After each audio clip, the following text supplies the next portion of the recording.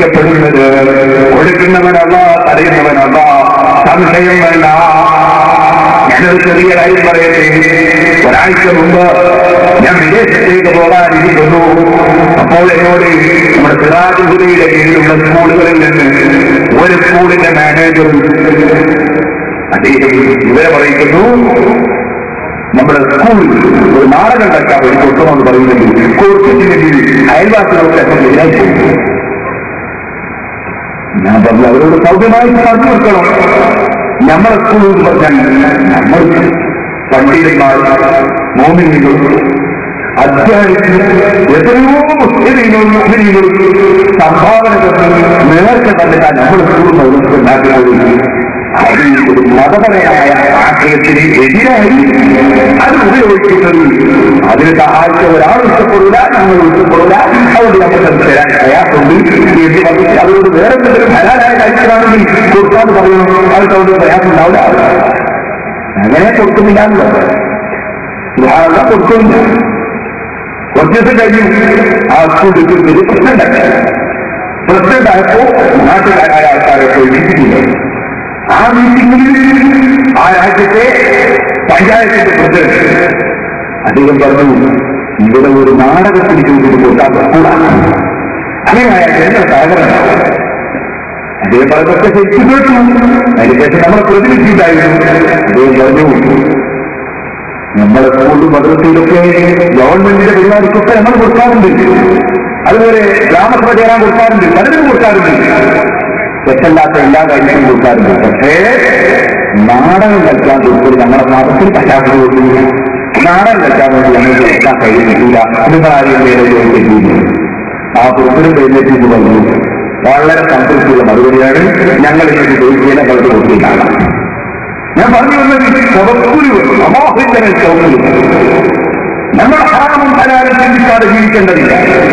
ആരുടെ മുന്നിൽ നമ്മുടെ ദീൻ പറയാൻ വെക്കേണ്ടത്? നമ്മൾ നമ്മളുടെ ദീനനുസരിച്ച് ജീവിക്കണം.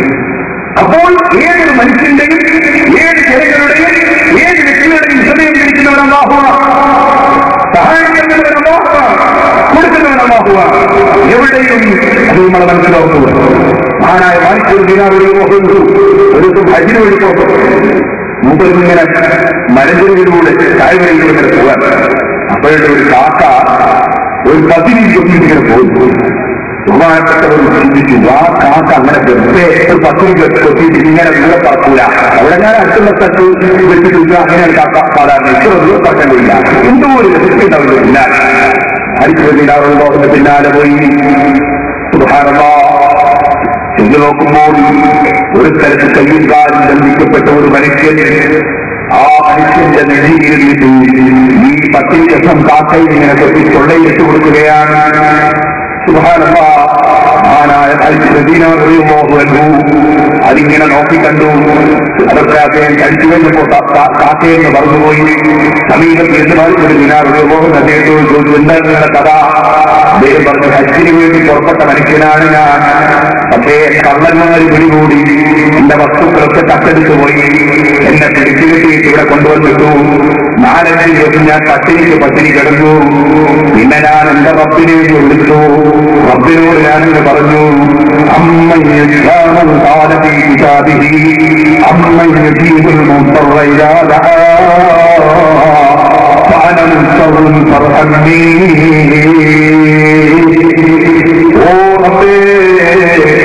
നിന്റെ ഗ്രന്ഥമായ ഖുർആനിൽ നീ പറഞ്ഞതല്ലേ,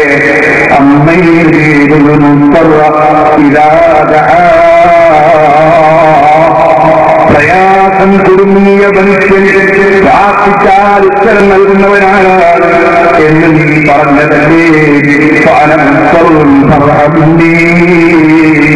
ഞാനേറ്റം പ്രയാസത്തിൽ കുടുങ്ങിയവരുണ്ട് റബ്ബേ, നീ എനിക്ക് റഹ്മത്ത് ചെയ്യണേ. ഞാൻ എന്റെ റബ്ബിനെ വിളിച്ചെന്ന് പ്രാർത്ഥിച്ചു. സുബ്ഹാനല്ലാഹ്.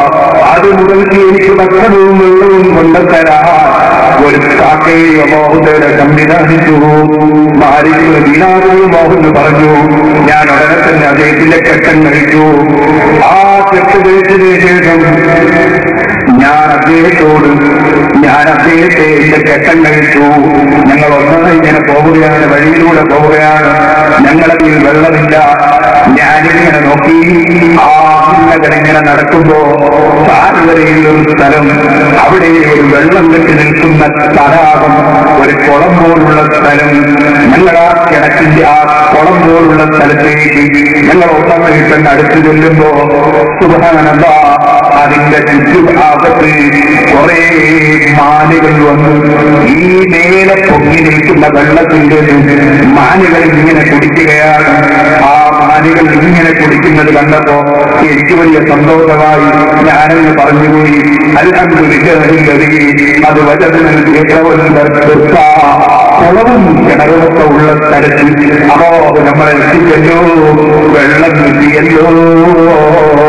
ആ വെള്ളം കണ്ടപ്പോൾ ഞാനെന്ന് പറഞ്ഞു, ഞാനെങ്ങനെ ആ കിണറ്റിന്റെ ശരീരത്തേക്ക് ഞങ്ങൾ ഒന്നമായി കണ്ടു ചെല്ലുമ്പോ എല്ലാ മാനുകളും ഓടിപ്പോയി. ഞങ്ങൾ കിണറ്റിന്റെ കുളത്തിന്റെ സമീപത്തെത്തുമ്പോഴേ സുബ്ഹാനല്ലാഹ്, അത്ഭുതം തന്നെ. നേരെ പൊങ്ങി നിൽക്കുന്ന വെള്ളം അതാ ഞങ്ങൾ അടുക്കുന്നതിനനുസരിച്ച് വെള്ളം താഴോട്ട് വറ്റി എന്നിറങ്ങിപ്പോയി. സുബ്ഹാനല്ലാഹ്, വെള്ളം പിന്നെ നോക്കുമ്പോ കിണറ്റിന്റെ അടിഭാഗത്ത് വളരെ താഴെയാണ് വെള്ളമുള്ളത്. നേരെ നിന്ന് മാനുകൾ കുടിച്ച വെള്ളം വളരെ താഴേക്ക് ഇറങ്ങിപ്പോയി. ഞാൻ സമീപത്തേക്ക് ചെന്നു. ഉടനെ തന്നെ ഞാൻ എന്റെ ബക്കറ്റും കയറും ഉപയോഗിച്ച് കിണറ്റിൽ ഞങ്ങൾ വെള്ളം കോരിയെടുത്തു. അത് കുടിച്ചതിന് ശേഷം ഞാൻ എന്റെ റബ്ബിനോട് ഞാനെന്ന് പറഞ്ഞു,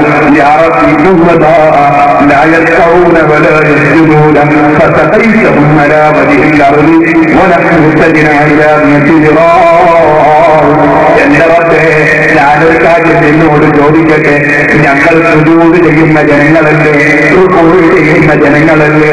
ഈ മനുഷ്യരായ ഞങ്ങൾ ഇവിടെ വന്നപ്പോ 100 മുഴത്തോളം ഈ വെള്ളം താഴേക്ക് കൊണ്ടുപോയിട്ട് കിണറ്റിൽ ബക്കറ്റും കയറിട്ട് അത് കോരിയിരിക്കേണ്ടി വന്നല്ലോ റബ്ബേ. അതേ സമയത്ത് സുജൂദും റുകൂഅും ചെയ്യാത്ത ഈ മാനുകൾ അവർക്ക് ഈ മേലെ തന്നെ വെള്ളം കൊടുത്തല്ലോ റബ്ബേ.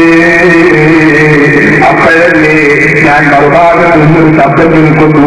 ആരാണ് പറയുന്നതെന്ന് ഞാൻ അറിയുന്നില്ല.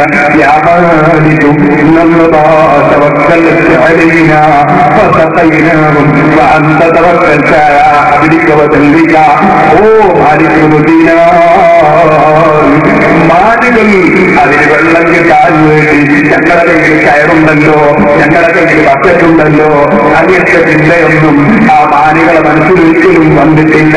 മാനിന്റെ മനസ്സിലുള്ളത് ഞങ്ങളെ തലച്ച റബ്ബുണ്ടല്ലോ, ആ റബ്ബ് ഞങ്ങൾ വെള്ളം തരുമല്ലോ.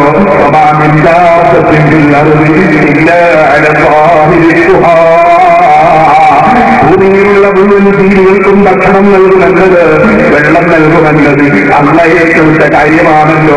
അതുകൊണ്ട് തന്നെ ആ മാനുകൾ ഒരിക്കലും തന്നെ നാളെ എവിടെന്നാണ് ഭക്ഷണമെന്ന വിഷയത്തിൽ ചഞ്ചലായിട്ടില്ല, നാളെ എവിടെന്നാണ് വെള്ളമെന്ന കാര്യത്തിൽ ബേജാറായിട്ടില്ല. ആ മാനുകൾക്ക് ഒരിക്കലും തന്നെ മനസ്സിന് ചഞ്ചലില്ല.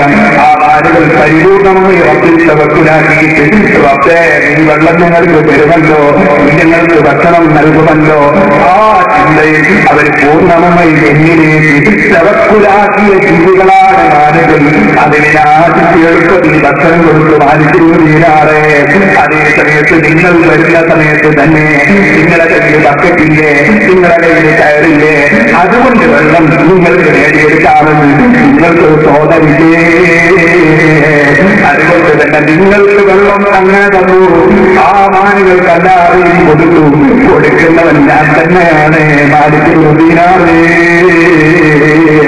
ബഹുമാനപ്പെട്ട മാലിക്കുദ്ദീനാറ് മറുഭാഗത്തിലേക്ക് ശബ്ദം കേൾക്കുകയാണ്. ഓ സഹോദരന്മാരെ, സഹോദരിമാരെ, എന്റെ ഹിക്മത്ത് കൊണ്ട് ഞാൻ അതിന് നേടും, എന്റെ അധികാരം കൊണ്ട് ഞാനങ്ങ് തിരിക്കും, എന്റെ പണം കൊണ്ട് ഞാനിത് നേടിയെടുക്കും, എന്റെ സ്വാധീനം കൊണ്ട് ഞാൻ അവനെ പാഠം പഠിപ്പിക്കും. ഇങ്ങനെയുള്ള ഒരു ധാരണയിൽ ഒരു മനുഷ്യന്റെ മനസ്സിൽ ഒരിക്കലും തോന്നിപ്പോകണ്ട. കൊടുക്കുന്നവനൊന്നേ ഉള്ളൂ, തടയുന്നവനൊന്നേ ഉള്ളൂ. ആ റബ്ബിന്റെ മേൽ തവക്കുലാക്കിയാലോ അവൻ ഒരിക്കലും നമ്മെ പാഴാക്കുകയില്ല.